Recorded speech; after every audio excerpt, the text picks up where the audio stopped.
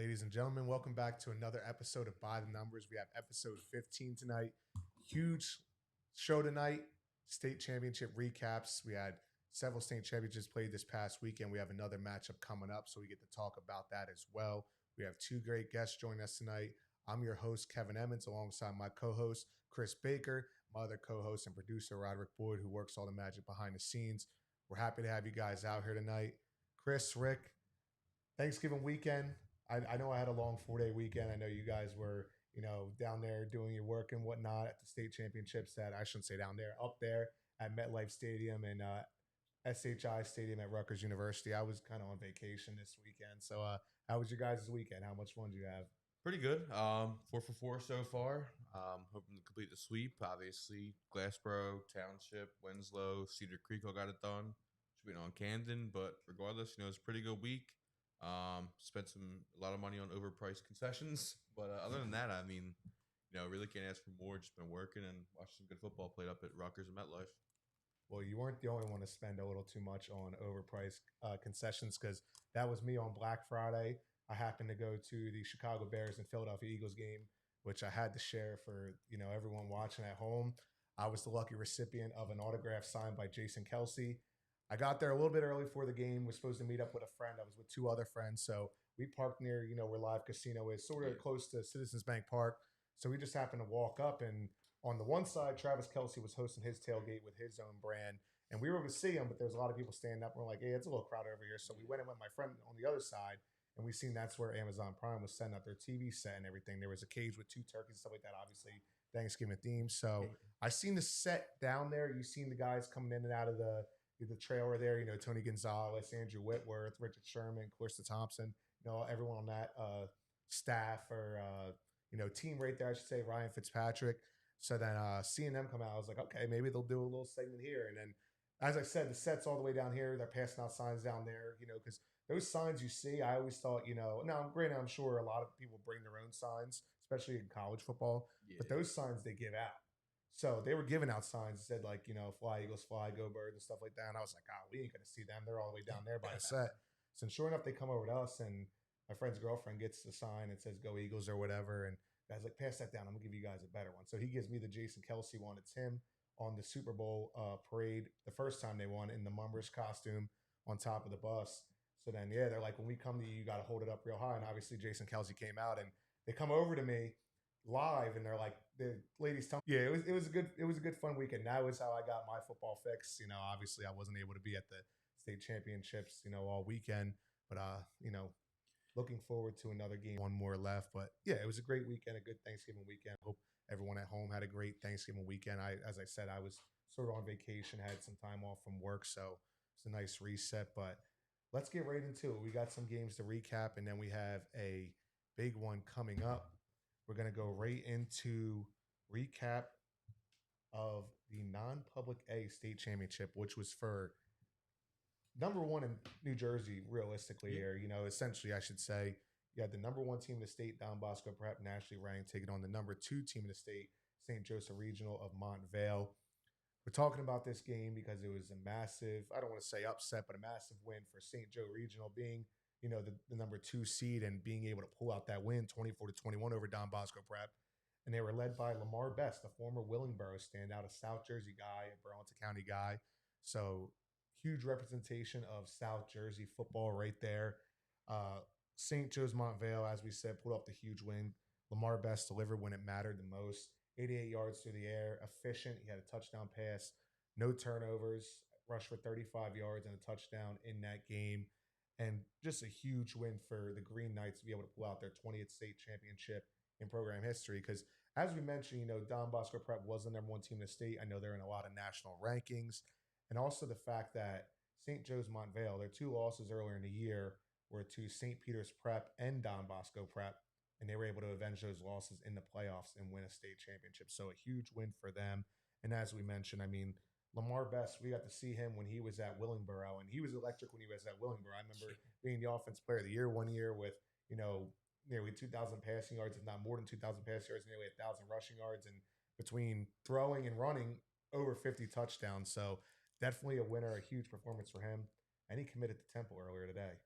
Yes, sir. I know you're a huge fan of Temple football. You like what they're doing there. Oh So yeah, they're building. They're stacking it up over there. Casey Keeler, he likes to win his backyard. I mean, we talked about it before with the Rutgers and all them recruiting wise, and you got to win your backyard. And it seems like Casey Keeler's he's cooking up over there. well, I think it's no better time to bring on our first guest. We have Lamar Best on the show tonight. As we said, the former Willingboro star, now a star at St. Joseph Regional. They defeat Don Bosco Prep 24-21 in the non-public A state championship.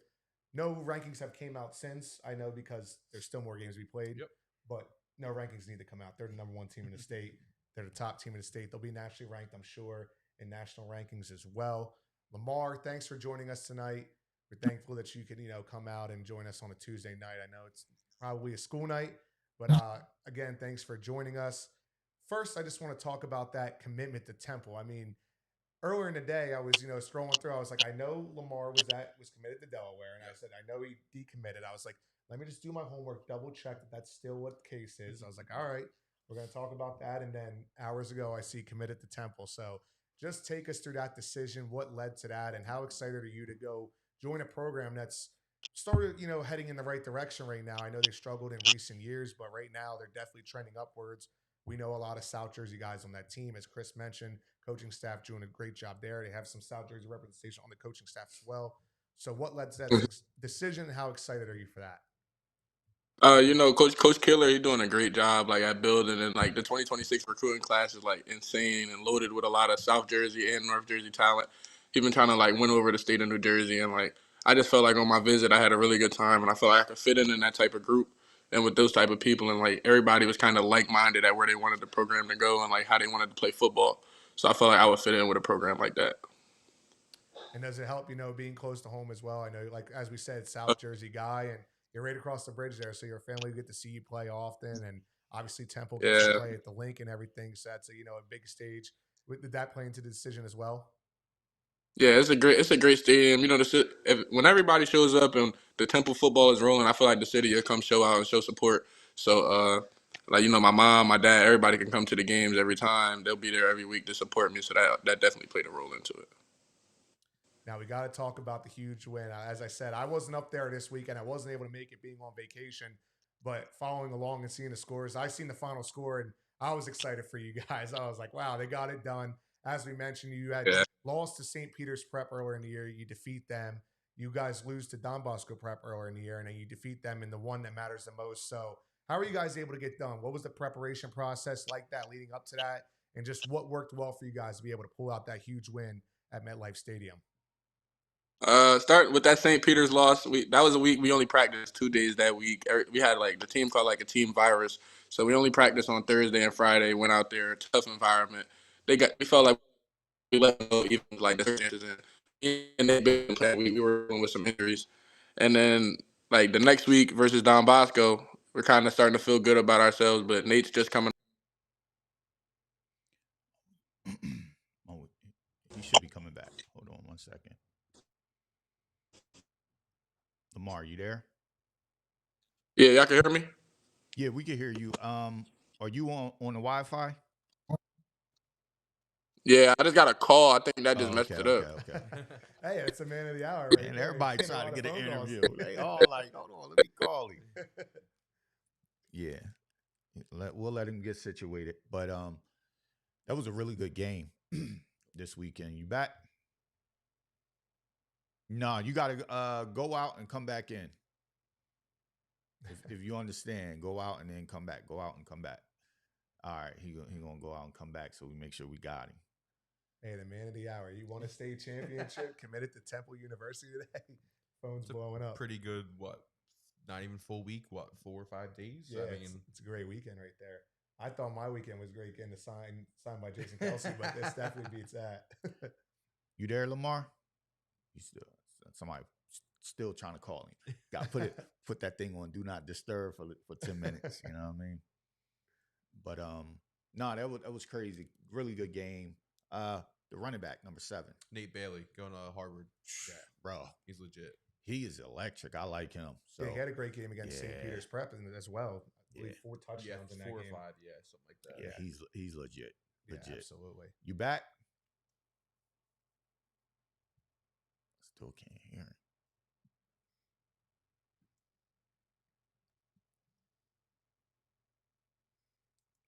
Can't hear you. Hold on. Hold on. Guess it's in the green room. Is it? It looked like you muted yourself. That's what it looked like on my end. It looks like you muted yourself. We still can't hear. Nah. Close out that browser. If you could hear us, close the browser and then reopen the browser. Like delete that one and then reopen it, and we'll get back to you. It's funny because I know obviously a lot of North Jersey folks they cover all the parochials and stuff up there. Like, yeah, Bess is pretty good, and then there's some of the plays where he's just breaking sacks or extending the play out of the pocket, and we're just like, wow, they're like, wow, this kid's good, and I'm just sitting over there like, I know, we know this, we know this already. It's saying that you don't have any audio, Lamar, so I want to on my end. That's what it's saying. Can you hear us? Obviously, we've seen him play a lot, and we knew what his dual threat ability was. So. We should be good. Now I have I'm hearing. Should be good now. You there? Yeah, we can. Yeah. I had to turn my Wi-Fi back on. All right, cool. Man of the hour. All right, yeah, but about everybody trying to get about like that right now. Peters week. Yeah, everybody hit me. That was Coach sending me my letter of intent. Ooh, all right, you gotta take one. You gotta take that one. I gotta, yeah. Listen, I come back to y'all. I gotta get this joint. For all you guys watching at home, you hear that was an important phone call right there. Yeah, that's might have been some technical difficulties, but that was Coach calling with the letter of intent, so you can't be mad at that one. Yeah, that's signing days tomorrow. So yeah, but we felt as if Friday. We felt as if that St. Peter's game, we kind of let one get away with not being prepared. They came out with a good plan, and they got it done that day. And the next week versus Don Bosco, I played 3 snaps, and we played really hard. Special teams kind of killed us, and we felt like we let another one get away. So coming off an injury, us getting that win versus Bergen kind of let us know we were trending in the right direction, and got a big win versus DePaul to end the season. And then we were just like, hey, heads down, let's work hard. We know what road we got. We'll get St. Peter's again. We'll get Bosco again. We just want to come out and play our type of brand of football, because we felt as if we played our brand of football and we played how we know we can, we work too hard. It's not another team in the state that could beat us.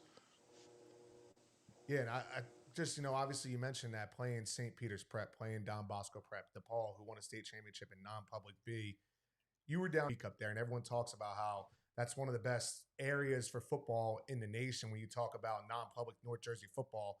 So what was that experience like, and what did you learn from it, and just how different of a transition was it when you first initially went up there? It was extremely different. I went from being in a huddle up offense with a wristband to all signals, dummy signals on the sideline, hurry up tempo, 5,000 people at a regular season game. So it was kind of an adjustment to kind of understand it's like college football up here. It's like a business. The way practice ran, the way the meetings ran, it was you got to basically stay on top of your stuff or you won't play. Because I did transfer into a room with 2 other quarterbacks, so I had to go in there and kind of compete and earn my spot, because it wasn't given to me. I could have stayed at Willingboro, and I just felt like everybody in Willingboro, they had my best interest at heart, so they kind of understood maybe this might be the next move for me. And I feel like it was just a good opportunity for me to see what's out there and test my talents again, what they call the best in New Jersey and in the country. Just a quick question off of that. Making that transition from Willingboro up to St. Joe's, for you, what went into that process of you thinking? Because sometimes I do see players. I'll give you an example, like Jahai Campbell, right? I felt like when Jahai Campbell was at Timber Creek, he wasn't. After that first, the first year of the transition, he really wasn't getting everything that he should have been getting out of the program. And I just felt like he reached his ceiling. And sometimes players, they need that extra coaching, that extra experience, and just, to play against just a little bit different competition to check and see where they are. What were you thinking about that process? Your family, your dad may have been looking at that, but how were you feeling about that? Yeah, coming out of 8th grade, I kind of it was either do I stay up here in North Jersey where I was playing youth football, or do I go back home to Willingboro? And I felt like the Willingboro coaching staff and the Willingboro environment, that team I had in the youth with Willingboro, we were legit. We won 40 games. Like that was home. And then the coaching staff there, I've known them my whole life. So those are like uncles to me. So I just felt like that would be a good place for me to like go and like learn and just get adjusted to high school football. And then Coach Everett leaving from Willenboro, that kind of like set it all off. Like that was like that's like my uncle right there. I could call him right now. He gonna answer. So him leaving kind of shook up Willenboro, and a lot of stuff just wasn't like looking like it was in my best interest to be there for my future. And it's coming up here. Like everybody, you come up to St. Joe's to play in the 18,000 people games, play in the big game versus Bergen at Bergen, play versus Bosco at home. Like you come to play in those games to kind of just see where you're at and like test it out. And then I felt like if I came up here and I showed what I could do, there wouldn't be like any reason for me not to like chase my dreams and try and get to the next level. Yeah. I mean, our history go way back with Lamar Bell, Oh yeah. right? This is a straight South Jersey kid, in my opinion. With playing, he played Willenboro. He played Brick City Lions too. So Yeah. we got the last public school game coming up. Coach Nas, Brick City Lion, and he taking on Camden. You know what I mean? Like South Jersey. Like what's your A couple of my Willenboro Willenboro coaches are at Camden right now, and then Mm-hmm. Coach Nas. A couple of those kids that were on my Brick City team that I grew up with, they're the senior class now. A couple of my friends like Ibn and Mod up at Camden, they're in that senior class. So it's gonna be a lot of firepower on the field for sure. I know a lot of them, like they could take one to the crib at any moment. What's the prediction? I can't say who I got. got. Away from it. What we doing? I can't say who I got. I can't say who I got. He approached it correctly. He just gave the thorough explanation of every connection he had on both sides. He knew what was coming from you. He knew what was coming from you. He played perfectly. No, I just hope all my dogs. I had to get the facial expression, and I had to let him think for a little bit. Yeah. I just hope all my dogs go out there, have a good game, man, and enjoy it. It's the state championship. Like a lot of people can't say they played in it, so I just hope they all go have fun and go show their talents on the biggest stage. So real quick, man. I spoke briefly about the history with Lamar. We've done combines. He's done all of those, been top performers in some of those. We've done a battle of the bridge, New York versus Pennsylvania, or New Jersey versus Pennsylvania or New York. He's done the All-American game down in Daytona Beach, Florida, a couple years. Take me back to this time, man. Daytona Beach, winning MVP down there. What do you remember about your youth days and just traveling? I mean, what do you remember about that? I remember going down to Daytona, getting off the plane, me and one of my Willenboro teammates. And I was kind of worried because I heard they had like a couple quarterbacks on the roster. This was before I had like a lot of the confidence and like the mindset to just go into any room and kind of be that guy. So I was like, all-star team, like I gotta show who I am. But like from the very moment, it wasn't like competition. It was like fun. Like they brought the fun of football. Like we walked in, like the introductions with the jerseys on in Daytona Beach in this big ballroom. That was like dope. I remember that. I remember taking pictures, like football in the middle. So like it was just so fun. And then playing in that game versus a lot of people I didn't know. It was like it's a lot of talent out there. It's not just playing against Burlington Township and Lumberton and Washington Township. So it's like that was just like a great opportunity for me to be able to see like it's a lot of people out there working just like I work. So I got to keep working to try and stay where to keep getting better. Yeah, man, that's one of the things that I when we first started creating All-American games and stuff was to bring some of the best youth talent from Florida. We had somebody from Colorado, we had Louisiana, Alabama. I mean, Perry Thompson, he's a wide receiver at Auburn right now. So like some of the talent there was just elite, right? So I always wanted to make sure that we brought that to kids from our area in New Jersey, because sometimes we just think the kids from around the corner are the best thing we're going to see, but that's not the real reality. So, I feel like if you can prepare kids at an early age to learn how to compete and play against other kids from other areas that may be just as good as you, you prepare them for success later on in life, no matter if it's in sports or out of sports. That's how I feel, man. So, Lamar, just for me, your new Temple commit. You just talked about your coach. What was one of the things that was the biggest driving force for you to choose Temple? Like the at home kind of feel to it. Like Coach Malachi Timberlake, the old Pleasantville head coach, on my visit, he was like a big part of my visit, just being around him. Cause I played him my sophomore year in the playoffs, and like ever since then he's been a cool guy to me. He's been like been texting people and Coach Khalil Ahmad from my North Jersey connections, like just feeling like it's at home. Coach Baker, a lot of those guys, like, and a lot of my teammates I know already. Like a lot of them played Brick City football. They're from South Jersey, so just had that at home feel. Like I'm comfortable here. Like I know a lot of people. Like I'll be able to fit in, and I know like if I go in and I do my job, I'll be able to earn the respect of the locker room. Chris, you got anything? Yeah. Lamar, I'm pretty sure if I remember correct, you played baseball at Willingboro, correct? When you were there. Yeah, I did. Any chance possibly hitting the diamond this year for your senior year at all, or? I don't know. We gonna have to see how the physical therapy's going for my shoulder. But I would love to play baseball. I tried to play last year, but they told me it probably would be best to just wait it out and wait for football season. But I would love to get back on the diamond one more season. Gotcha, I gotcha. Two-sport athlete. Chris, a big baseball guy, so I knew you had to ask that one. Yeah, I was waiting on that one. Yeah. So, I mean, Lamar, obviously, like we said, a huge win this past week. You're a state champion, multiple section championships at Willingboro.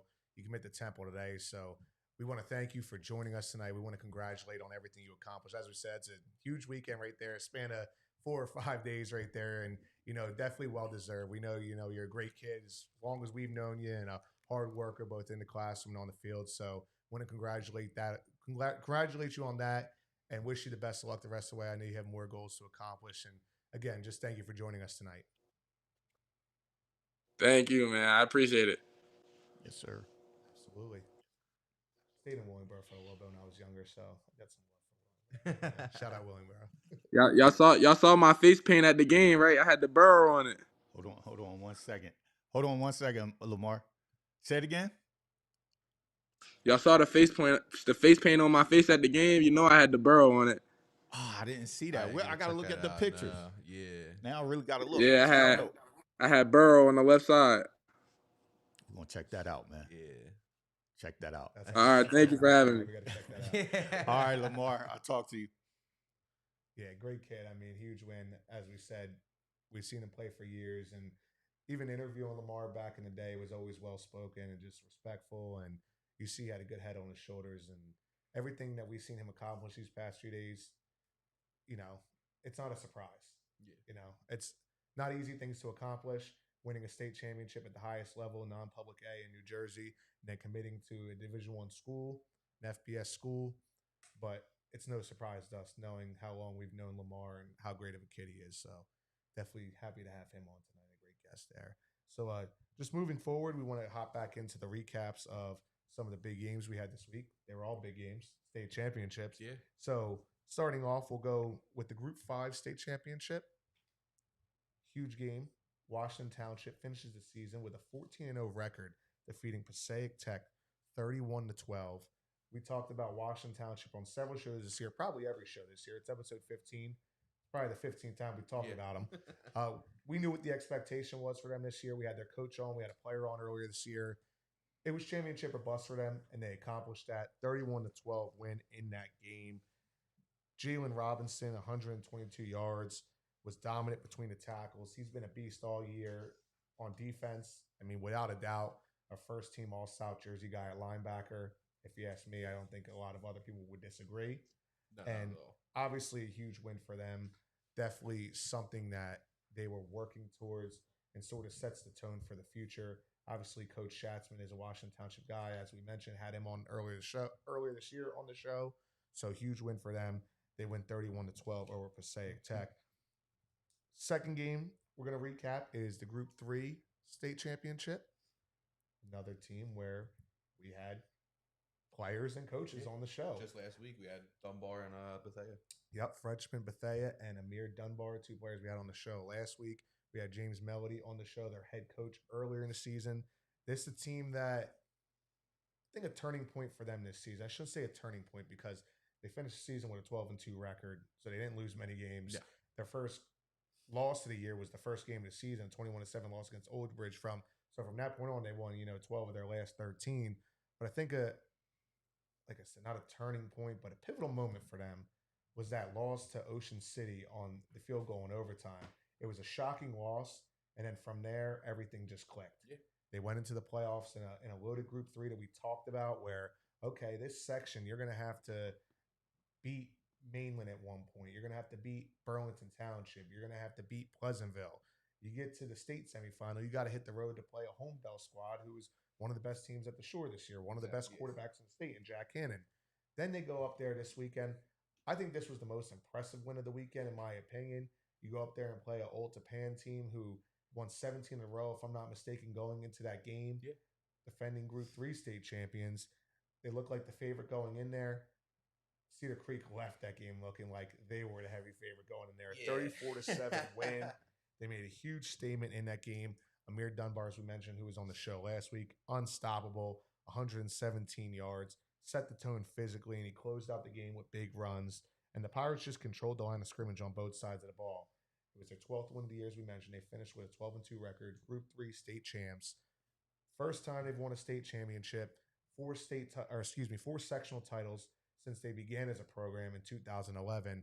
And mentioning the domination up front, we've talked about Frenchman Bethea on the show, Amir Dunbar, Gian King, these guys, the athletes, Jameer Campfield, but it's also guys like Justice Payton, Mason Beck, those hard hitters who set the tone defensively, they set the edge, they're dominant against stopping the run. Just a full collective team effort there. We knew that was another team that would be competing for a state championship this year, just with how good of a coaching staff they have with James Melody and his crew, and just the toughness and the grit that they bring every single week, and the players that they have. They were able to pull that one out. That was a big win. So I know you were up there for that one. I know we kind of moved on quick from the first game that we just talked about, but just talk about those 2 games. What did you guys see? I know you guys were up there. You've seen it firsthand, and what really impressed you? With Township, it was honestly their halftime adjustments. PCTI kind of had their number a little bit in the first half. They couldn't really move the ball too well. The Township defensive line, which has been so good throughout the year, they were a factor in the run game, but in the pass game, they weren't really getting to the quarterback. They weren't getting too much pressure on them. They kind of let them scramble in the pocket, keep break and contain a lot. But then at halftime, something just clicked. I'm not sure what Coach Schatzman said or any of the other coaches or what the exact adjustment was, but it almost looked like they were a completely different team. Essentially, the D line was getting pressure, penetrating on runs and passes. They were just moving the ball with ease. Beeler was picking up big yards after a couple ones in the first half. He's getting 1 to 2 yards. And they had to punt, but then they go to Robinson, they go to Osborne also as well through the game, and then also they get down the red zone. Akito drops one in there to Jair Moore, and that was kind of just the final nail in the coffin before Robinson, dove in the end zone. I didn't know if he got it or not. I was across the field. All I just see is him hit the sideline. He just stretches out, and I eventually got in there. So they just kind of controlled almost every single aspect of the game in the second half compared to the first half, where Coach Schatzman said they're a little bit too jumpy, a little bit too eager. It's an unfamiliar territory, right? Washington Township hasn't played for a state title yet.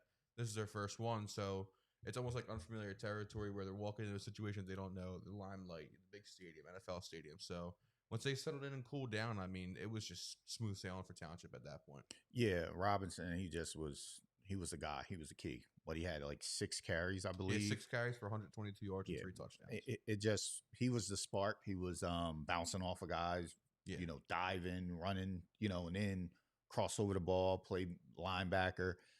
They had some good talent on the other side of the ball, but it just seemed like over time, Township, just like you said, Chris, they got a little bit comfortable. And that pass to the corner pocket, Aquino, that was just Moore kept the 1 foot in. Yeah, that's like top notch. That's probably the best pass at that point in the game. Yeah. That was the best pass that's been thrown in the Jet Stadium all year. You know what I'm saying? Like you get the 2 toes down inbound. That was NFL. It was a drop in the bucket. But Yeah, they just flex their muscle eventually. The defensive interception that they got that kind of flipped the switch as well, where they can put more points on the board. Township looked very good. I mean, I'll say this: when we were up top, I think, and this is kind of like the transition into the Cedar Creek game, right? So when we were up in the booth, I think they kind of expected Township to win. Yeah. The North Jersey guys, I think they expected to win that one. So when it got to the Cedar Creek game, I thought they felt like they had that one in the bag. Yeah. And for us, we were like, here on this show, I ain't gonna lie, we know what they got. I kind of felt like Cedar Creek was going to win, but I couldn't speak to who they were playing and how good they were. Let me tell you something, man. Cedar Creek put on an absolute show. That was, like you said, Kev, very impressive win. You have King, Campfield, who else we talking about? Bethea, Dunbar. Slayton D'Amico with the sack. Jajuan McIntosh with the sack. Listen, I could keep going. We could go down a line of all of those guys who showed out. Like, a lot of times you may see a game, it's one or two guys that stick out, but literally it was about 5 to 7 guys that really stood out from Cedar Creek's team from this game. And that probably was one of the hardest player of the game, MVP, the hats that we had to choose from. Yeah. You know what I'm saying? Like, you had Dunbar who had over 100 yards, 2 rushing touchdowns. 2 touchdowns. And then you had Campfield with the interception and a touchdown. Then you had King with the kick return touchdown and a pick. Like, it was just so much going. Then you had Bethea who was controlling everything. You know what I'm saying? Like, a pick on defense. It was just I haven't seen dominance like that from a team who went in a game as an underdog. I can't remember probably the Super Bowl. If we really, if we talking about it, the Eagles, what they did, they walked in there. Everybody had KC winning, and the Eagles flexed their muscle, and the game was over before you know. That was like the same thing. It was like a party. So just seeing some of the reporters and some of the North Jersey guys who were kind of expecting that win, it was like, oh man. I know. You thought they saw a ghost. It was like, thought they saw a ghost in that press what's going to happen? Sunday's a key day. That's what they started going to. We'll get to that in a minute. We'll get to that one in a minute. But yeah, that's what it was. Yeah, and you guys mentioning Jameer Campfield, I seen the clip of him running for that touchdown. I mean, I watched it. I'm like, I know he was committed to Bryant before, and it's like, yeah, that's a guy who's built for the next level. Like, that's translatable. Yeah. I thought that was a tremendous form of athleticism there. And then also I wanted to talk about Frenchman Bethea again, because early on in the year, I think he kind of flew under the radar because, they had a backfield that consisted of him and Amir Dunbar. Amir Dunbar, nearly 2,000 rushing yards this year. He did have just under 2,000. I was thinking he was going in close to 2,000, but either way, I mean, still a tremendous feat. And Bethea, over the past couple of weeks, just watching him in that sectional championship against Mainland, you're seeing him in the sectional semifinal against Pleasantville. I completely agree. Just got better and better, and that's someone who I think should really be in the conversation for overall player of the year. Now, if they had a Heisman sort of thing where it's you're picking a few players and they're coming to the ceremony, we're talking about a guy who got it done through the air, who got it done on the ground, throwing for nearly 2,000 yards, rushing for nearly 1,000 yards. Defensively, 6 interceptions. 2 of them he returned for touchdowns. So just an all-around guy. And before we move on, one more other guy I want to shout out, going back to that Washington Township game, another guy who I think flew under the radar, and another guy, in my opinion, who I think is probably a first-team all-South Jersey guy. We've talked about the Cole Aquinos, the Colin Bealers, the Andrew Osbornes, the Jalen Robinsons. Isaac Parra, one of the best defensive backs in South Jersey, even in the entire state. I mean, this is a guy, people look at like interception numbers and stuff like that. And in the NFL, college, high school, best defensive backs might not always have the most interceptions because guess what? People aren't throwing at them. Or if they're throwing at them, it's a tight window. It's like, your Pat Surtains, your Quinyon Mitchells. Last year, remember, everyone was like, man, Quinyon Mitchell doesn't have any interceptions. He needs to No get one. counting stats. You know, people wanted him to get an interception notice so they could be excited for him and whatnot, but those guys, they don't give up anything. They don't need the interceptions. Terrell Revis wasn't always a guy who got a lot of interceptions. Yeah. Because guess what? You ain't throwing at him. And that's a guy, Isaac Parr, a lot of people haven't talked about him. He's had some interceptions, but I know he wasn't someone who's, you know, racking up 9, 10, 11 interceptions. So people weren't talking about him, but it's a guy who could really get it done. So going to move forward. Want to talk about the Group 4 state championship. Winslow with a 34-21 win over Ramapo. I know they were trailing in the third quarter of that game and took over in the fourth quarter. 2 touchdowns with less than 10 minutes to go. Quayd Hendryx, the Minnesota commit, 165 receiving yards and 87-yard kickoff return TD. Captured their back-to-back state titles, or they won back-to-back state titles, I should say, capturing another one on Sunday there in Group 4. And as we mentioned, I mean, Hendricks, 165 receiving yards, and that kickoff return really swung the momentum into Winslow's favor. I know you guys were up there, so what were your takeaways from that game? I'll give you mine. Let me say mine first. Listen, bro, when the kick return, I'm going away from being so straight up and down. I'm ready to have fun, right? When they kicked that ball to him for the kick return, upstairs, I was in the press box. I was too cold. I bailed out. I'm sorry. Can't lie, I was up there too. You was with me, right? I was up there too, man. When they kicked the ball to him, what did the whole press box say? Oh no. Well, some said yeah. When they said that and he took flight, bro, it was like poetry. I didn't hear nothing else. I just was celebrating inside because at that moment, he pissed off the whole press box. I was up there like, yeah, because y'all got to understand, we're South Jersey guys. Most of the guys that cover are North Jersey guys. Like, there aren't really many South Jersey companies. It's D2 Sports Network and then everybody else, right? And, you know, who else is there? Couple other guys. Yeah, you had some couple other guys, The right? OGs. The OGs, right?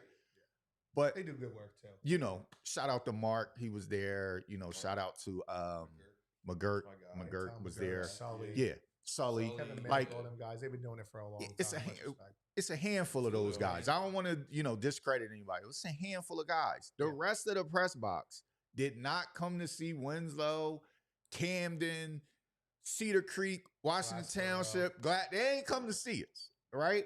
So that's why it was so exciting, man. And what Quayd did in this game was absolutely phenomenal because they needed that spark in that game. But yeah, I'm gonna throw it to you. No, and I thought it was impressive too because I was at last week's state semifinal where Winslow was in a tight one with Brick Memorial. It got to the point where there was 7 minutes left in the game, 6 minutes left, and everyone's like, "Wow, this is it's coming down to the wire. We didn't expect this." They found a way to win a tight game, even though they weren't in those situations often. In this game, they're trailing going into the fourth quarter. They find a way to win. And you guys mentioning Quayd Hendryx, I mean, this was a kid. We could talk about him now that the season's over. Me and Rick were out there the first practice of the season. Nah, Cat. Coach Bill Bellin says to out. us, man, a lot of people don't know about this kid. They weren't talking about him enough last year. He's like, this kid isn't getting the credit he deserves. He said, people just don't know about him. That's really honestly all he said. And I said, hey, I'm a Burlington County guy. I said, I seen this kid play basketball. Mhm. I hadn't seen him play football yet. I knew he was a track star. I was like, nah. I seen him on the basketball court. He was the best player in Burlington County last year. And there was coaches that said it as well, regardless of conference, because obviously Burlington County basketball has the Burlington County Scholastic League, the Olympic Conference represented. And coaches were saying, yeah, this kid's good. I seen him in a game against Thrive Charter. They won that game in overtime, completely took over, just a pure athlete. So I think there's no better time than bring on one of the stars of the weekend. I mean, one of the best players in the state. Quayd, thanks for joining us tonight. Congratulations on the huge win. Obviously, you were the star of the game. You know, everyone was talking about it. You know, I've seen the article on NJ.com that mentioned, you know, hey, this guy was worth more than the price of admission. Yeah. You know, how were you able to get into a rhythm there and just actually, first off, just take us through that kick return? Because Rick mentioned about how everyone in the press box was just stunned, like, oh, here we go. This isn't good. So take us through that play, what you saw, what was your perspective of it, and how were you able to get the job done on that play? First things first, thank y'all for, having me on here and everything like that. But during that play, before they kicked the ball off, I heard the coach say, "Do not kick at the 5." And then the kicker, he messed up, and I heard the coaches, they said, "Oh," and they started cursing. So once I got the ball, I really have to give credit to our special teams group. We practiced that every day, and they were there to block for me. They didn't care about, their stats. They was here to just see me win. So I started off jogging a little bit, and once I seen a crease open, I knew I had to hit it. So once I got on that sideline, I used my speed. I didn't turn around. I didn't look back. I just kept running until I got to the end zone. And I think we just really needed that spark. I think it was a minute left until going into halftime. So that was a good thing that shifted to our side. And I think I just, needed to step up in a big moment for our team. You led into my next question. I mentioned the chat on the sideline because gave me another thought there. Season's over. We're gonna be real about it. Letting some cats out the bags, what we was talking about all year. I was at the game against IMG Academy, and obviously, you guys were in that game for much of the first half. Or I should say, you guys went down big, and then you guys called your way back into it. It's 21 to 14 game at halftime. Then obviously they pulled away, but there was a lot of chatter there. I remember hearing you guys say, a couple of you guys weren't playing because you weren't eligible at the time, and just hearing you guys say, "Yo, you guys are, talking crap to us, and we're not even at full strength right now." And I could just see the hunger. I seen the confidence, and then obviously you guys played Bergen Catholic a few weeks later, and there was just a lot of outside noise with, what is Winslow doing? They're not really on this level right now. But anyone who had any kind of sense, we all knew. At least my opinion was, and it's not a hot take, Winslow may lose these two games, but they're not going to lose another game the rest of the way. They're not going to lose any other games. So, how do you guys think those two games being on that stage? It's a question we asked Jalen Parker when he was on the show earlier this year. How do you think it kind of set the tone for your season and kind of just help you guys get to another state championship? I think Coach Belton kind of knew what he was doing. He wanted to schedule those games so our guys get the exposure that everyone else gets because, we're a South Jersey school. Not everybody knows about us. So I think he did that for the kids. He's for the community. He's just trying to give back to the school that he went to. But I think that those games set us up for the rest of the season because I wasn't here last year personally, but they went, 14-0, won the state chip. I don't think we really knew how to lose as a team. So I think being able to lose and adversity and go through all those hardships together as a family, I think that's really what got us closer, and that's what made us think like we don't like this feeling in our mouth, and we gotta make sure this doesn't happen again. So yeah, And for you, when you look at the season numbers, I mean, you could look at your numbers and it looks like you didn't even miss, a couple games. There's some guys who didn't yeah. even accumulate those numbers who played every single game this year. How were you able to get into such a groove being that you had to wait? I mean, obviously, I know you're practicing and whatnot. I'm sure you're staying in shape, you're lifting and everything, but how were you able to get into a groove, get up to speed with a team and offense that, as you mentioned, you weren't with last year? Yeah, I just think I was really eager and ready to work. I think I made the best decision for myself coming here and competing with the best guys in the state, and I just think I was ready to show out for my last year. I think there's no more important year than your senior year. It's so emotional and you only get it once. So I was like, I have to go out here. I have to do it for my family. God has a plan for me, and that's just what it was. So I had to make sure to take advantage of every opportunity that I had, and that's what I did. Before I throw it to Rick and Chris, I see the hoodie right now. I see the Minnesota Gophers hoodie. I know Yeah. recently you flipped your commitment from UConn to Minnesota. I remember you announcing the news actually right after that Winslow Brick Memorial game we talked about. What prompted that Yes. decision? What made you want to go to Minnesota? Um, a real thing that I thought of when I went is the people and the type of guy that Coach Fleck was. He treated his players as actual humans. It wasn't so much about football, but it was so much about making them great young men so they can go ahead and treat their family, their wives, or the community the same way that he does. So I think he does a good job teaching them and giving back to the community, and then just the way they operate, their detail, their strategies. I just loved everything about it. And then being in between two major cities, I mean, everybody's there. Everybody, they love football, and I think it's just a great spot for me to be at. All right, I lied. I got one more question. I got one more question. All good, all good. How exciting is that? Obviously you're going to the Big Ten. That's a major conference there. We've seen in recent years. We've seen Ohio State dominate. Rick's gonna like that statement. We've seen Michigan have success. Penn State, I know, is going through a little bit of turmoil right now, but that's another legendary program. So some big time programs, Indiana having success, and now you get to go to Minnesota and try to build something there and kind of leave your imprint on that program. So how exciting is it to be able to play for one of the best conferences in the entire country? Real excited. My goal, coming out of high school was to go play in the Big Ten. I wrote down my notes. I told my family, told my coaches that's what I wanted to do. So when I knew that I had the opportunity, I knew like there's no other way I can, let this go. So going to play in the best conference, one of the best conferences between that and SEC, I think, it's just a great opportunity for me to show what I have and just be able to put on for my town in general. Just a kid from Burlington Township, and I think I'm just making my people proud to be able to, put on for everybody in the biggest stage. Yeah, we talk about Minnesota. I'm a Buckeye fan. I'm a Buckeye guy. So Yeah, we cool. When y'all play, I'm gonna be cheering for you. But just talk yeah, about the facilities and different things. I know that Minnesota has built up since Coach PJ has been there. Which hmm he came from Central Michigan. I don't know if y'all know his story. That he's a really good coach. He's a Chicago guy I too. think people kind of overlook him as Yeah, far as coaching. He's a really absolutely. good coach. I love him. But just talk about like the facilities, just different things that going to Minnesota will offer you that you were able to see on your visit. Facility wise, everything was top notch because we're in the Big Ten, so it's the best conference. So to be able to produce, you have to be able to have the best things. I think the little things that I liked was they have footballs all around the weight room, dangling now, so you can throw it, catch it to yourself. You don't need your QB, even though it's good to have that connection. But as a receiver, I think that's good for me. Working my ball skills. Recovery stations. They have red light therapy, blue light. They have. Uh, sleep tabs. Like they have everything that I think that would better me and make me be able to, produce at a high level. Yeah, and just going back to Winslow, that receiver room is kind of loaded with yourself, Boomer. You got TJ Maddox. You got a ton of guys. Also, Nakeem Powell, just different guys in there.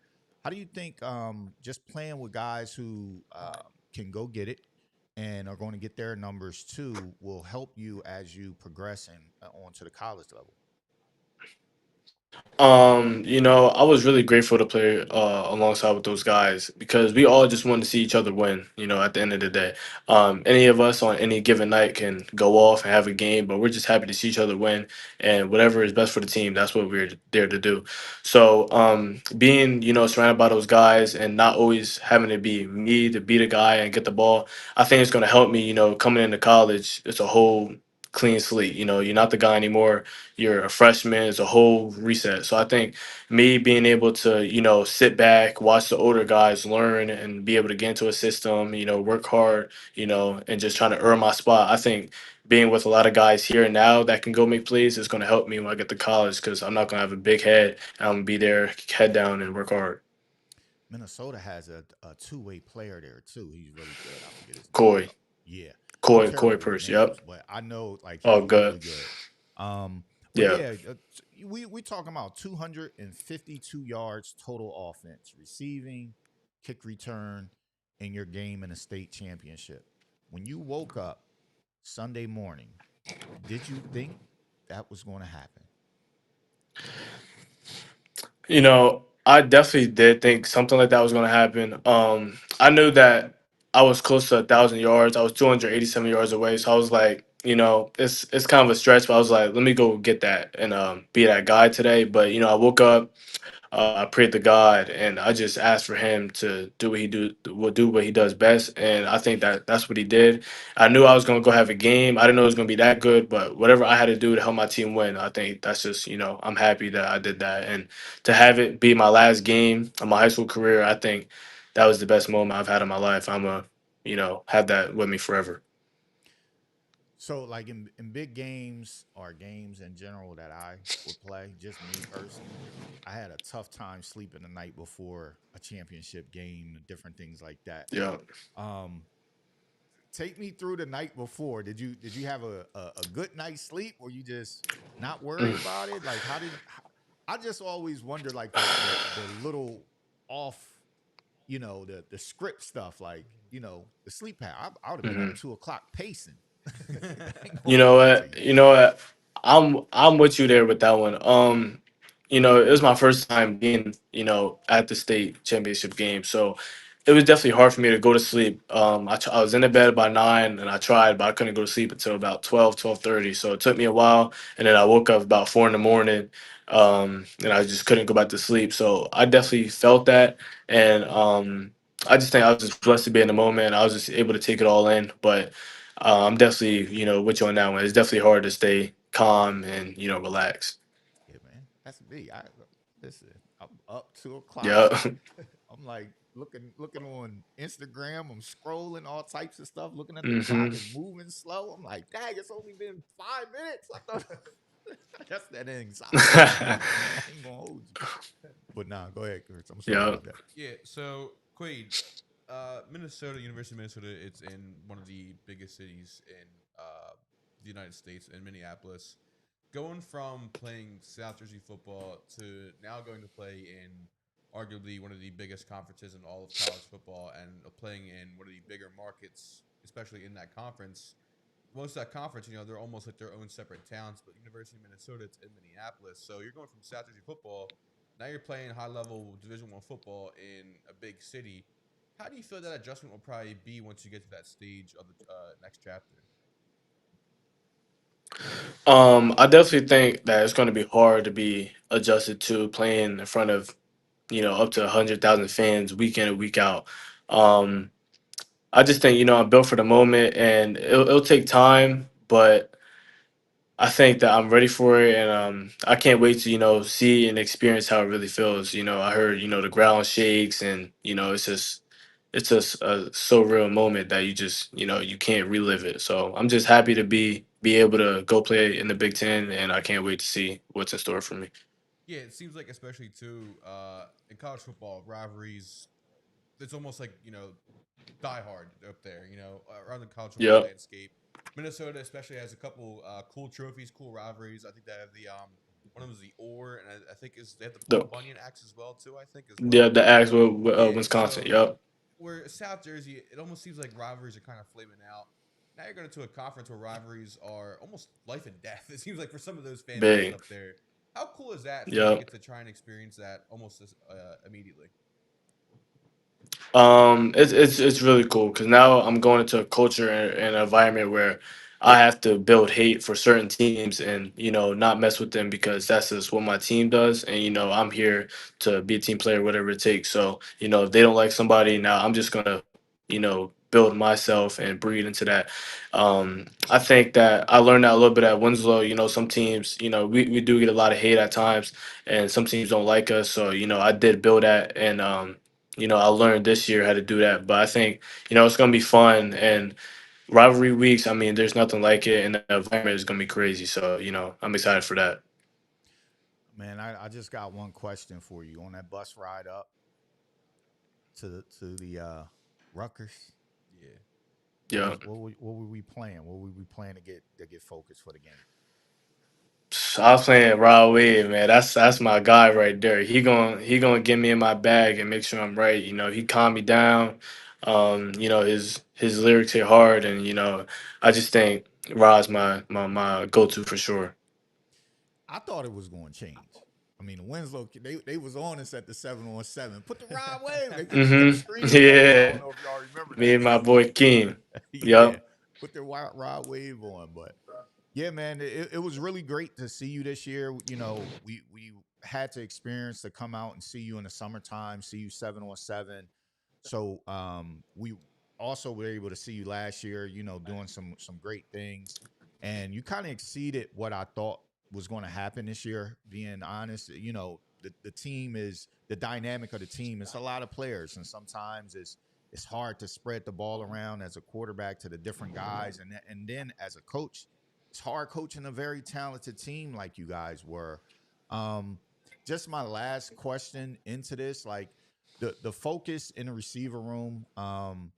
and your relationship with your quarterback. What was the dynamic like talking to Jalen, telling him, what you see, what you like, the game plans, different things, and just that relationship building from the summertime up until this point? Um, I mean, Jalen, he's a great kid. He's for the team. He does whatever it takes. He just started playing QB when he got to high school, but he took in that role. Didn't complain, and he got it done. And everybody on the team, but especially him, they took me in, and it wasn't like, oh, he's a new kid trying to take my spot, or he's trying, get stats over my guy. But no, he took me in. He said, I'm gonna get you the ball. We're gonna win games, and we're gonna, get you that ring. So everything that he promised me happened. And I just think, now he's really my family, and I really do love him. And we're still kids. We make TikToks, we hang out all the time. We have fun. But when it was time to lock in and handle business, he definitely did that. So he's the best QB in the state. It's proven stats. He broke the record at that game, and he proves week in, week out what he can do. Hey, Quayd, man, very well spoken guy, man. Salute to your Sir. parents. Salute to your Sir. whole community that has helped you, from all of your trainers, just everybody around. They've done a really good job with you. Very well spoken, man. And I appreciate you taking the time to come talk with us. Thank you. I really appreciate that. You guys having me on here. I'm blessed to have that. Thank you. Yeah, absolutely. Rick beat me to the punch. We thank you for joining us tonight, taking time out of your night. We congratulate you on everything you accomplished. Obviously, the commitment to Minnesota, and then the huge performance, etching your name into Winslow history, New Jersey football history. Helping them win their second straight state championship with a unforgettable performance. So we congratulate you on that, and we wish you the best of luck with everything ahead. We know you got a lot of other goals to achieve heading to the Big Ten. So we wish you the best of luck the rest of the way. And again, thank you for joining us. Thank you all. Thank you all. You have a good night. All right, appreciate you as well. Thank you. Bye. Yeah, it makes our job easier when we have someone who's so intelligent and well spoken like that. We haven't had one kid come on, and this is to the sports community. It's a really good job, man.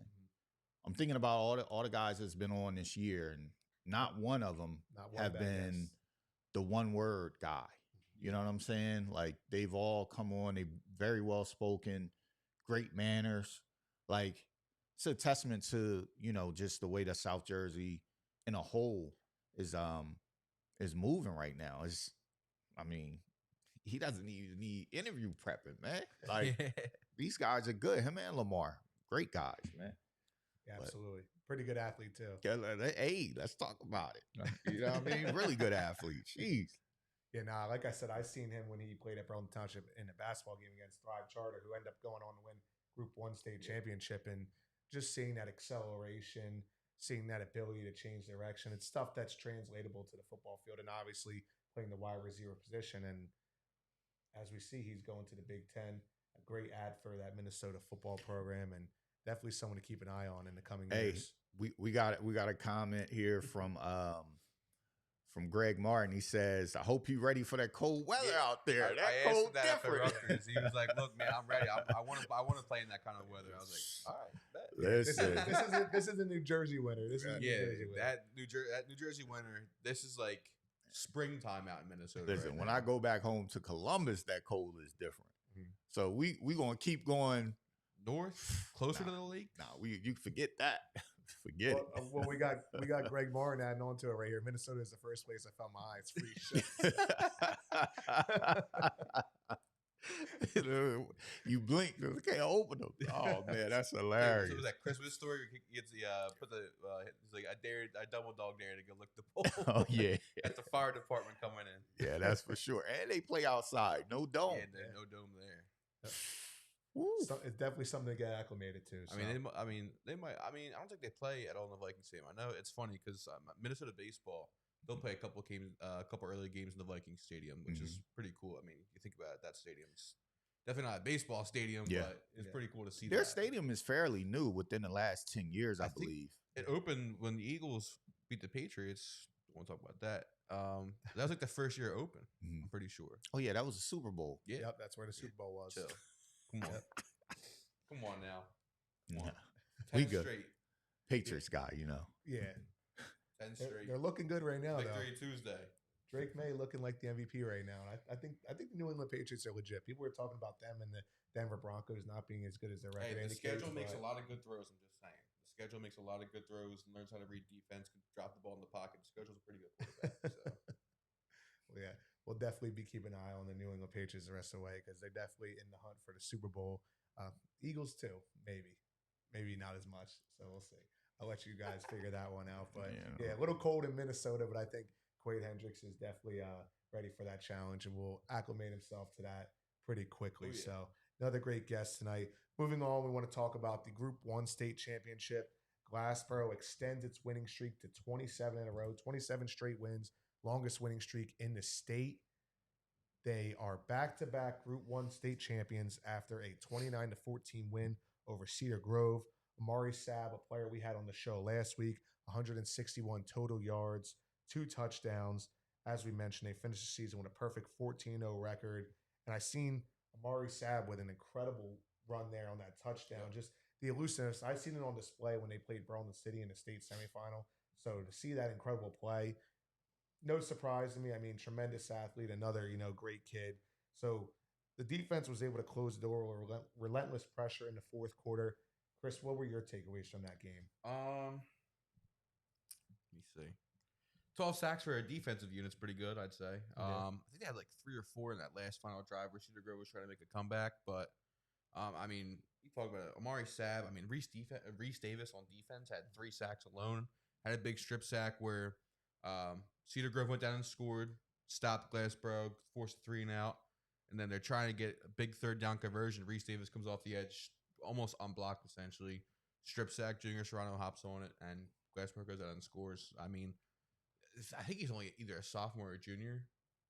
That kid's like 6'5", 6'6", come off the edge. That's for a Group 1 high school to block. That's not easy at all. Yeah. So for tackles and tight ends, you got your work cut out for you there.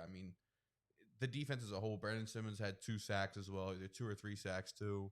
But it's just like a team effort, a complete team effort all around. But especially defensively, Amari had another pick on defense too. Where actually right before halftime, Cedar Grove was driving.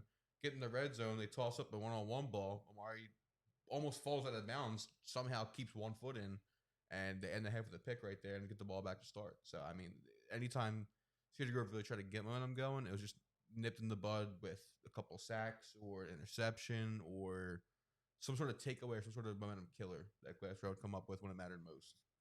Yeah, and 2 more numbers to mention is Glassboro, 8 shutouts this season. I read a great article by Tom McGurk recapping that game, a fact he pulled from Chuck Langerman, obviously the famous South Jersey historian in the area you ask him any question about any South Jersey sport, especially football, he's got the answer.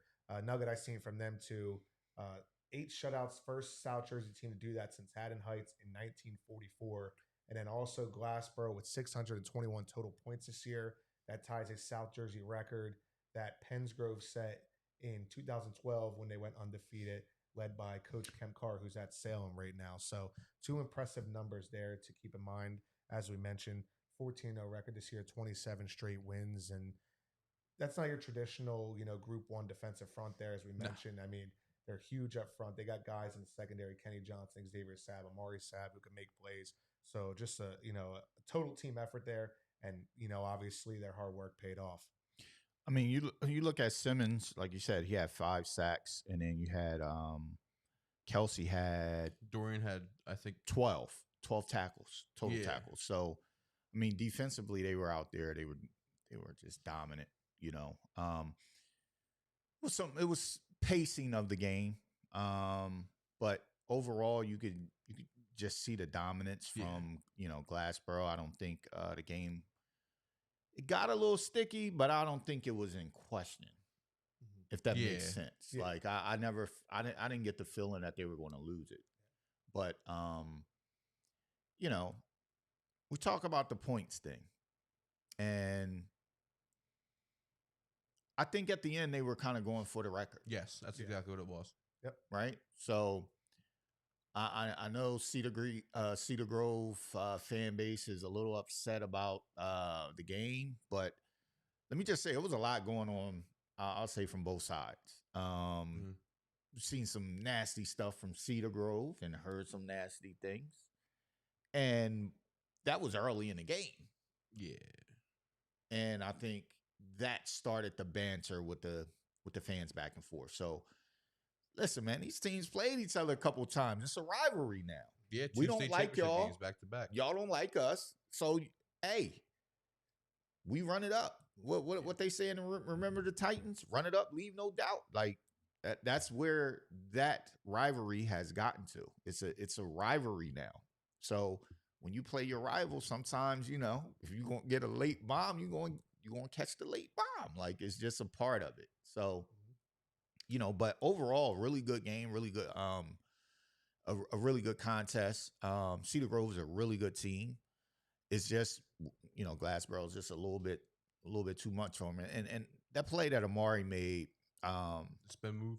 Yeah, I'm trying to get my camera ready. You know, they snapped the ball early on me. I catch it as soon as he spin right in front of me and he's up the sideline. But when you have guys on your team that can make plays like that, the game is never over, right? Yeah. And it's when it got close, he just made a play. Like, what are we doing? If you needed a play to be made, it was going to be made. Right. So, yep. Right. What it was. Over It's funny. I mean, you think about it. Most of that team's coming back next year, too. Exactly. Yeah. Exactly. And while you guys are talking about Amari said, it just also made me think over 1,700 all-purpose yards on offense this year, or yards from scrimmage, and 26 total touchdowns. He can catch the ball. He can run the ball. You know, it's one of them situations where when you have an athlete that good, it's a true athlete. Put him in the backfield, hand on the ball. You know, set up, you know, design a pass for him, you know, a screen pass or whatever, get the ball in his hands and let him operate in space. Because that's one of the most elusive players in South Jersey that I've seen all year and really over the past couple of years. And as Rick mentioned, it was one of those games where score may have seemed close, but it was never in doubt. And I've seen plenty of games in my time covering South Jersey high school football. In 8 years I've done it. I've seen many games where it's a tie game at some point. It's a one-score game, and one team is just controlling the game. And you know when it comes down to it, they're going to be able to make that play or make that stop that secures that win for them. So, huge win for Glassboro. So somebody in the comments said, JoJo ? Listen, when you got a team that's this loaded, sometimes it slips your memory. JoJo DeLeese, he had 139 yards rushing. He had one right up the sideline that was, you know, he just flat out outran the team. He had a really good game too. And it was tough. It was coming down the stretch. Everybody's trying to figure out what we doing player of the game. You know what I mean? It's one of those. But when you're on a good team, I don't even think at the end of the game, the player of the game really matters. You just happy that you won. Yeah. And speaking of JoJo DeLeese, I mean, that's a kid who transferred in from Roman Catholic and ran for over 1,000 yards this year. As we mentioned, it's a similar situation to Winslow, where it's not like, you know, you're the bell cow just getting the ball 40 times a game. There's other people you got to feed too. So to be able to have 1,000 yards in offense like that, where guys like Amari Sab, Xavier Sab are getting the ball. And also, speaking of JoJo, I was at that game when they defeated Burlington City to get to the state championship. He had a huge touchdown catch on 4th and 10 to give them a 15-0 lead going into halftime. Huge reason why they were able to qualify for a state championship, because that play right there, I mean, just changed momentum right there. Once they came out in the second half, it was just foot on the gas, and everything from there was just all Glassboro. So, yeah, I mean, another tremendous player there. We could see him in the whole roster. I mean, that's what I'm many. saying. He's another guy. Like JoJo did a lot of our events, a lot of our showcases and things like that. So it is not intentional, but like when you start looking at some of the stats, it just starts going. But I mean, I'm gonna just talk about, like, I believe, I could be wrong, but I believe this is only his second year playing running back. Last year he played running back because of injury. Yeah. He was like wide receiver that had him line up at a lot. Yeah, he was like slot here and there, but he was mainly the defensive guy, right? So for him to rush for 1,000 yards this season, with this only being, what are we gonna say, a year and a half of playing running back on a high school level, because like he didn't become the full-time starter until like right before the playoffs for Roman either. Right. He got a good amount of carries, but like him and Tab would mix in here and there. That's what I'm saying. So yeah, that was a really good year for JoJo. Absolutely. And moving on now, I mean, the interesting part of this new schedule, and I know I got some people fired up on Twitter complaining about a 5 p.m. state championship on a Wednesday, but Hey, I know Pennsylvania's got some 1 p.m. state championships during the week, so Yeah. I guess a 5 p.m. start during the week isn't as bad as it could be. But actually, I jumped a little ahead there. I got a little too excited.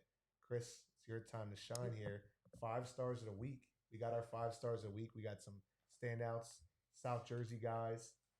Hopefully, 5 South Jersey champions in a little bit, in a couple hours or less than 24 hours. So It's we'll about see what 9, happens. almost 9:30 now. 5 o'clock tomorrow. About 22, 21 hours. Yeah. Hopefully we got one. Hopefully Camden puts it to bed early enough so we can crown him a little bit earlier than usual. But Yeah, so just take us through our 5 stars of the week. so I preface this again, like I do every single week. This is not important in order of importance or who had the best performance or all that other stuff. It's just 5 guys stood out.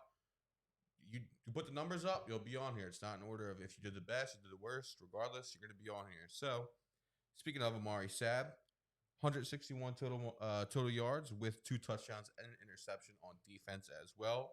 We have our guest from tonight, one of our guests from tonight, Quayd Hendryx from Winslow, the future Golden Gopher. 165 receiving yards and 87 87-yard kick return touchdown, over 200 total yards. Washington Township's Jalen Robinson, 122 total yards on 6 carries with 3 touchdowns. You think about that, half his carries went for touchdowns. Yeah. So 50% chance he was scoring on anytime he touches the ball. That's if you're Coach Schatzman, I like those odds. Yeah. I would like those odds. Those are a lot of yards per carry, too. Oh, yeah. That's about a little over 20. About over 20 yards per carry. We had Cedar Creek's Amir Dunbar, the future Black Bear up at Maine. 22 carries for 117 yards and 2 touchdowns at Cedar Creek. I guess we'll call it an upset. Called an upset there over Old Tapan. Obviously, a lot of the suits up north thought that, undefeated team would come away, but there's now a blemish on that undefeated record. So Cedar Creek got the job done. Congrats, Pirates. And another one of our guests from tonight, Lamar Best, the now future Temple Owl, Casey Keeler, yet again beating out the Garden State Schools in his own backyard. 88 yards, a couple clutch conversions, and obviously 1 championship ring and the #1 ranking in the Garden State of New Jersey. Yeah. And they should appear in a national rank. You got to imagine. In my opinion, I if saw you Max beat a Preps' team- ranking came out either yesterday or today. They weren't in there, but I think as more seasons wind down and more rankings and stuff come out, they'll probably take a look at the full landscape, obviously. I mean, they should. Yeah. I think they beat Bergen also as well, too. Yeah. So Yeah, that was an instant classic, a 43-42 win earlier in the year. So double overtime, I think, right? I believe so. So yeah, incredible win there for Lamar Best, South Jersey guy who we also had on the show earlier, who is holding it down for Willingboro. Tremendous player there for years, and he had a rushing touchdown as well in that game, 35 yards on the ground. It was Yes. efficient. So, big performance for him. Yeah, salute to everybody that's watching, whether you're on YouTube, Facebook, or Twitter. Right now, we're at like 96 people in watching the show tonight. Pretty good. Please share it out, like, and comment, man. We want to hear what you guys are thinking, what you guys have to say as well. We want the interaction, so we just not up here talking to the 3 of us. You know what I mean? Hope Coach Keeler or maybe Coach Malachi Timberlake possibly watching as well. If so, go Owls. Nah, Tough end of the season, but hit my DM, man. I got some other guys y'all need. hey, man. Hey, Let's work. Minnesota could be watching Let's work. too. We could be branching out That to the radar, north. our radar. A lot of people are flying to the radar, not ours. Yeah. Just saying. Yeah, so those are our 5 stars of the week, as Chris mentioned: Amari Sab, Quayd Hendryx, Jalen Robinson, Amir Dunbar, and Lamar Best, and plenty of other great performances throughout the week. So congratulations to those guys and all those guys bringing home state championships this week. So I got a little excited. I almost forgot about the 5-star segment of the week. I was already getting amped up for the game tomorrow, as I mentioned. 5 o'clock start at Rutgers SHI Stadium. Shabazz and Camden. Newark versus Camden. One of them games where, there's been a debate the past couple weeks about what the playoff bracket should be like. I think I've been very vocal about how I want it to be, where it's a true state tournament. Yes. But this is where some people, who disagree with me have a good point. Yeah. You could have North Jersey versus South Jersey, where it's Newark and Camden, and there's a lot of people talking about this game. There's a lot of people excited for this game. It's 2 of the biggest cities in New Jersey, as we mentioned, one representing the South Side, one representing the North Side. So a lot to be excited about, a lot to look forward to, and it's a game for bragging rights in the Group 2 state championship. Yeah, I'll be there. I can't wait for that one. Obviously, I know Lamar said it best earlier. It's funny. He said it best earlier. There's going to be a lot of firepower on the field. a lot of home run hitters, a lot of guys who can pound the rock, guys who can go up and get it, guys on the defensive and offensive lines. I mean, you name it, both teams really have it, and I think there should be some fireworks there, and I can't wait to see it. It's a mirror match. Yeah. Shabazz has a really good running back as well. But it's a mirror match. Yeah. I heard that from a lot of the guys up north are saying they don't know much about Camden, but it kind of almost seems like it's almost like a 1-to-1 ratio, up and down the roster of each team of they have a running back. Okay, well, Cam has a running back. Well, Shabazz is a good wide receiver. Cam has a good wide receiver. So it's like almost like a one, like I said, 1-to-1 ratio of talent, essentially. Yeah. Shabazz coming in with a 12-1 record. Camden coming in with an 11-2 record. Shabazz falling short in the state championship last year, so sort of coming in with a chip on their shoulder. And then you have Camden, who has won a few sectional championships over the past couple of years. Obviously, when Rob Hinson initially returned to his alma mater, they hadn't won a sectional championships since 1976, but this is a school that has, championship traditions in football and basketball. So although they might not have that same chip on their shoulder falling short in the state championship last year, it's been elusive for them the past couple of years, not being able to get here, not being able to get past whether it be the sectional championship or the state semifinal. So definitely another team who will be coming in fired up. I mean, it's sort of cliche being it's a state championship, but both teams definitely have some form of fuel, some form of motivation for this game. Yeah, I would say Camden has a chip on their shoulder as well, too. I mean, obviously last year they were the number 1 seed in their bracket, or at least top 2 seed in their bracket. End up losing a heartbreaker at home to Point Pleasant Borough. Point Pleasant Borough goes on to lose Rumson. Rumson goes on to a state championship. If you're Coach Hinton and company, the guys on that Camden team that come back, you think could have been like, hey, maybe what could we have done different? And then even, some of the guys that might not have been in high school yet or on that team, those 2 teams that lost to Delsey, a lot of those Camden faithful and a lot of that Camden staff thinking, hey, we should have been in those games. We should have been playing at Rutgers before. We probably could have or should have won state championships those 2 years. And now they're like, hey, well, now we're here. I mean, I'd say that both teams have a chip on their shoulder of some sort, not to the exact same caliber or size or situation. But regardless, I think both of those teams have bulletin board material saying, hey, what could we have done different years prior to make sure that now this year doesn't end up in the same exact years. Yeah, and you guys sort of alluded to it, mentioning how it's pretty much matchup for matchup. I mean, you have Shabazz, who has one of the state's most aggressive defense and offense that can stress teams vertically and on the ground. And then Camden, a team where we talked about in previous episodes, we had Ahmad Jones, their quarterback, on a few weeks ago, and we talked to him about how he has so many different guys he can give the football to. I mean, obviously, they have explosive playmaking, that dynamic passing game, a defense that thrives in big moments. They're good up front. They got guys who can fly around on the back end and make plays. So it definitely makes for a good matchup when you have a matchup that's featuring, speed, physicality, and, 2 teams really just hungry for a championship.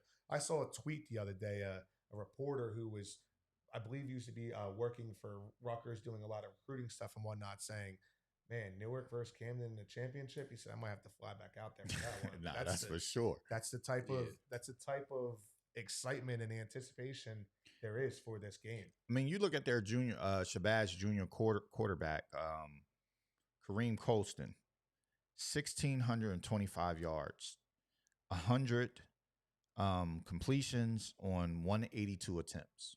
It's efficient. That's really efficient. That's pretty impressive. That is.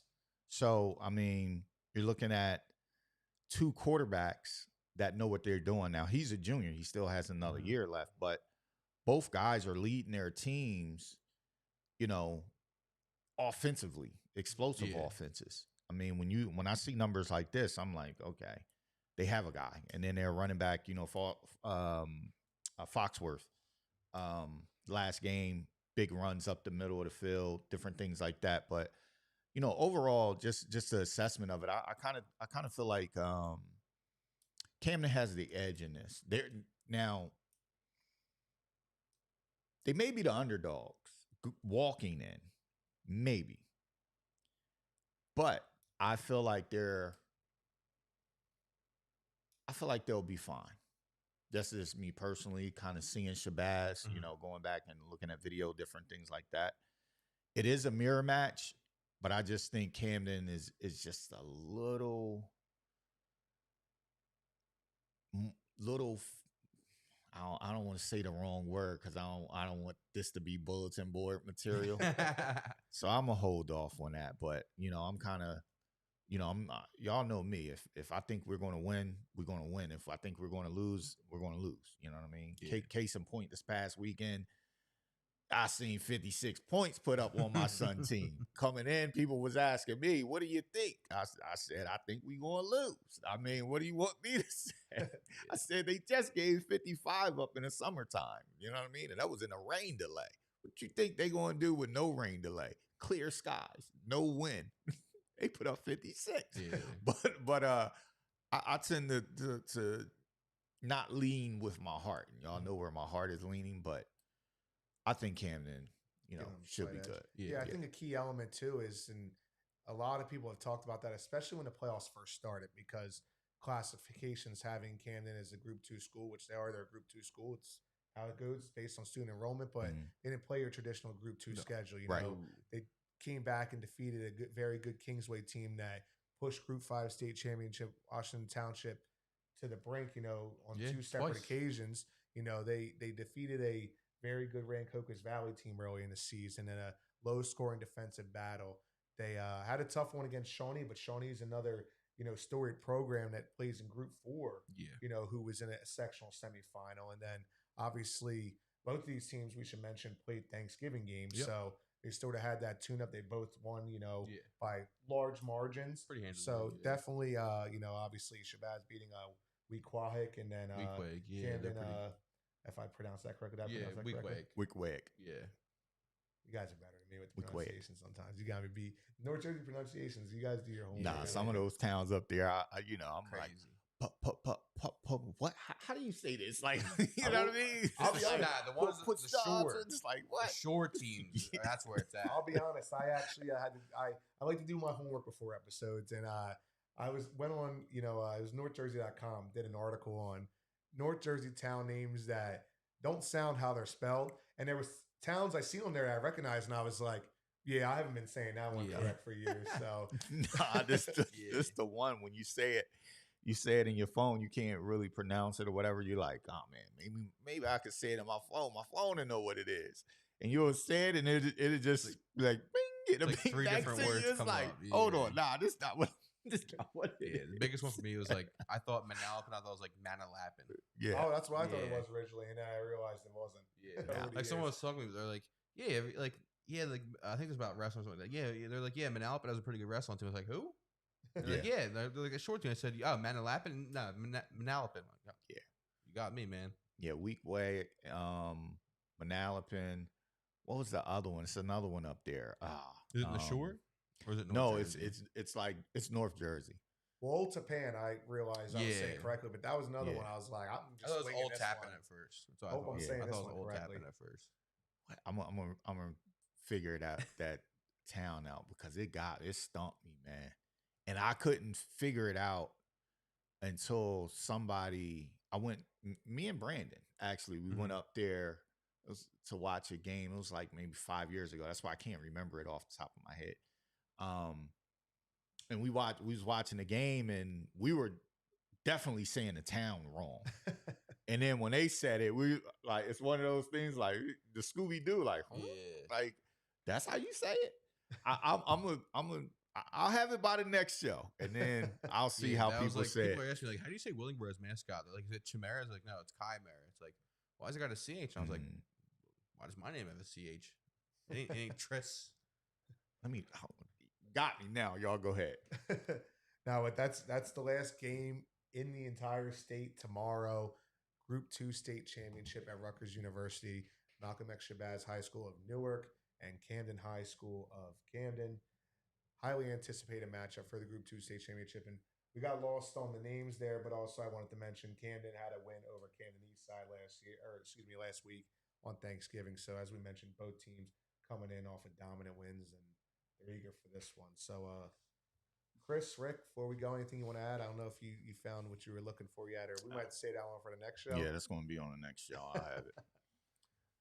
Anything you guys want to add? No, I just want to say, have fun, man. Camden, go up there, do your thing. No pressure. All the pressure now is on Shabazz. Yeah. Someone's know what got I to mean? figure it out for North Jersey. That's what I'm saying. The whole Yeah. you got the whole North Jersey saying you gotta win. Yep. You have to win this game. You cannot lose. Like that's what it all falls on you. For Camden, they got house money. They win, Yeah. they win, they lose for you know what I mean? Like, all right, we ain't get the sweep. But at the end of the day, it's not like the pressure of you gotta win. Shabazz, they feeling that pressure, man. Yeah. And the talk of South Jersey being better than North Jersey, you know it's in their head.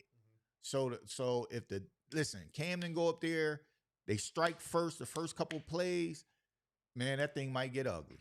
Yeah. Because of the mental aspect of them knowing the other team's loss. That's one thing I've seen to the past that I've seen this Camden team too, compared to the last couple of years, is this team is kind of like if they get up big first, then they've been having the ability to almost like step on the gas. Sometimes the past couple of years they've let their foot off the gas, let teams come back in it, this, that, and the other. This Camden team, it seems like, especially now that all their transfers are eligible, they got a full squad now. They're keeping their foot on the gas and they're burying it. So I hope that's the case come Wednesday, like Rod said. But regardless, I mean, they almost have like that different edge to them this year than the past couple of years. Yeah, so definitely a huge matchup. Sorry about that if y'all saw me swinging, man. Yo, this fly is killing me the whole show. How we get a fly in here? Like, what's going on? He knew we had a big show lined up tonight. Didn't want to miss the action. And it's a big one, too. That thing is huge. It's like a bat flying in here. I don't know if y'all been seeing us all the whole episode, kind of looking around, but that's what's been going on. We've been trying to get this fly. Well, we want to thank you guys for joining us tonight. Episode 15 of By the Numbers, show sponsored by the C-Bar 2, located at 510 Williamstown Road in Sicklerville, New Jersey. While on the topic of sponsors, if there's anyone out there looking for any sponsorship opportunities or looking to help us with sponsorship opportunities, we'd love to, have you guys, broadcast on the show and promote your business. You can check out the great work of our videographers and photographers over on Instagram at D2 Sports Network. Our website has had a lot of great new content. Chris did a great job this weekend with a lot of state championship content. As I said, I was on vacation. I was slacking a little bit, but I'll have a lot of postseason packages coming out in the coming weeks. So make sure to subscribe to d2sportsnetwork.com to see all of that great content. And again, we just want to thank you guys for joining us, being loyal supporters. We love being able to bring you guys this show and give the coaches, the players, the families, and their friends just the recognition, the schools, because it's you guys who truly deserve it. And we're happy and blessed to have the platform to be able to do so. So we thank you for joining us.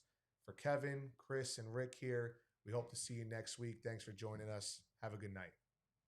Come on, man. Go Birds. We got to get it together.